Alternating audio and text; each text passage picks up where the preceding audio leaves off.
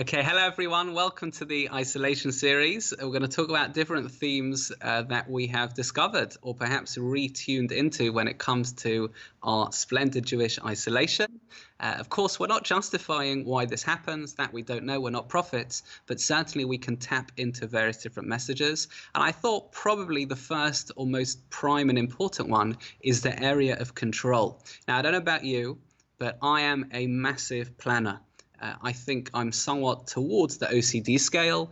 It comes to Hanukkah, and I'm already thinking about what I'm going to talk about for Shavuot in the shul. It comes to Shavuot, and I'm working towards Rosh Hashanah already. I plan and plan and plan. In my diary is rammed full, and I decide that I am going to control as much as my schedule as possible. I'm not sure if there's anyone else like that who's listening to this, but you know my type, you know our type.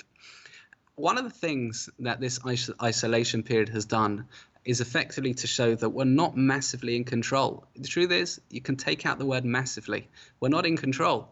We plan and others have different ideas. The Yiddish phrase is man plans and God laughs. We're not in control of everything. Sometimes we feel like we're spectators as opposed to really being the players, and that's natural.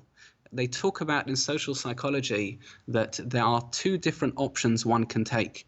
Either you can decide to control the situation in any given situation, or you can decide to control the response to the situation. Now, let me tell you how that plays out. Let's give a scenario. Let's say that you have a meeting. And it's a very important meeting, and you leave with plenty of time before this meeting. You're going to get there. It's about a 20-minute drive, and you're going to make sure you're going to get there on time. Now, I'm sure this might have happened to some of you. No sooner do you leave your house, there's traffic. And the reason why there's traffic is because there's a temporary traffic lights, and then you get stuck behind some truck, and then there's a bus that's broken down, and then there are various other things, and eventually you realize, you know what, you're just not going to make your meeting. I remember I had an important meeting and I was stuck behind a light that just wouldn't change from red. And I was being hooted and shouted at by the car behind. I didn't want to cross a red light, but ultimately the light wasn't changing. I don't know what to do. And at that point, there are two decisions you can make. It's only two options, none other. One of them creates massive stress and the other one is a de-stressor. One of them is to try and control the situation. And the other one is to try and control your response to the situation. Now, let's play those out. If you feel you can control every situation in life, then at that point, you are going to go absolutely mental, if you excuse the phrase. You are going to tear down the lights. You're going to try and cut people up. After all, I'm in control of the situation, and I'm being made late. But if your response is, you know what, I can't control the situation, I can, however, control my response to the situation, then you brought it much more internally. Then it's part of you. Then it's not something that you've outsourced in terms of things you really can't control. You can control your reaction to the situation. So it might be difficult, but ultimately that is a great way to relieve stress as you relinquish control. If there's one thing that this coronavirus has taught us, I think it's the ability to relinquish control. Whether some of us had simchas, whether we had social engagements, whether we just had plans. You know, I can admit the shul programming that I was trying to put on or we're in the middle of putting on, cancelled. And that is minor compared to the virus. But it's a stage in terms of relinquishing control. And I think it's a very important thing to notice nonetheless. Often we have an aura of control. We're not in the control fully. Let me tell you a very sad story, part of our history. A story that's probably relatively unknown, but a story of someone who thought they were in control of the situation, but far from it. As we know, some of the saddest things are when people think they're in control, but actually that control is taken away from them. There was a fellow called Joel Brandt. Joel Brandt was a Hungarian Zionist, and as we know in terms of our war history, the Nazis invaded, or we should say took over Hungary quite late into the war. At one point, Eichmann, who was in charge of carrying out the final solution in Hungary, calls Joel Brandt into his office.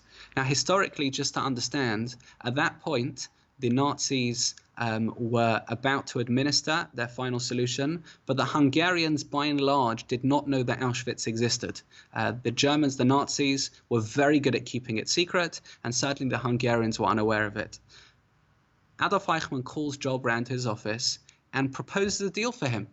He says, look, you go and procure for me a certain number of trucks, gold, various other items, and I will not send the Jews to the gas chambers. 800,000 of them, they'll all be safe. Joel Brandt has a think. He hops over eventually to the Allies, and in trying to procure these trucks, spends the rest of the war detained in a DP camp in Cyprus, spends the rest of the war not achieving his goal of trying to prevent these 800,000 Jews going to their deaths.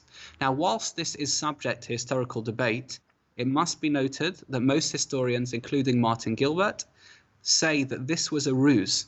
Eichmann knew that Joel Brandt was one of the few people to know about Auschwitz, and he wanted to make sure that he would not reveal it to the Hungarian Jews. Joel Brandt, who thought he was in control of the situation, so to speak, thought that it was in his hands. He was able to stop the Jews going to their deaths. He was able, if only he could procure all these goods.